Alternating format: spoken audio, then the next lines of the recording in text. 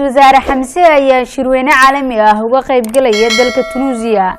Ra'iisul Wasaaraha Xukuumadda Jamhuuriyadda Federaalka ah ee Soomaaliya, Xamse Cabdi Barre ayaa waxaa saaka madasha shirka caalamiga ah ku soo dhaweeyay madaxweynaha dalkaasi Tunisia, Qays Saciid. Xasan Kaafi Xaaji Maxamed ayaa inoo haya warbixinta warkan.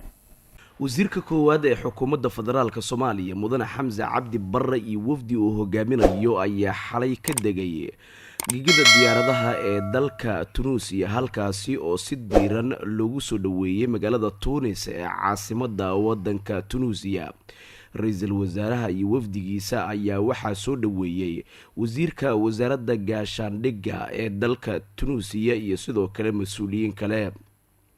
ujeedka ra'iisul wasaare Xamse Cabdi Barre ee uu gaaray dalka Tunisia ayaa ah ka qaybgalka shirka caalamiga ah ee Tokyo ee horumarinta Afrika kaasi oo maanta ka furmaya magaalada Tunis ee dalka Tunisia. shirkan ayaa socon doona muddo 2 maalmood ah waxaana looga hadli doonaa arrimaha horumarinta dhaqaalaha Afrika. Ra'iisul Wasaaraha ayaa sidoo kale shirdacoodyo la qaadan doona madaxda dalka Tunisia iyo sidoo kale mas'uuliyiinta kale ee ka qayb galaya shirkaasi isaga oo kala hadli doona arrimo badan oo quseeya aayaha iyo xiriirka caalamka ee Soomaaliya.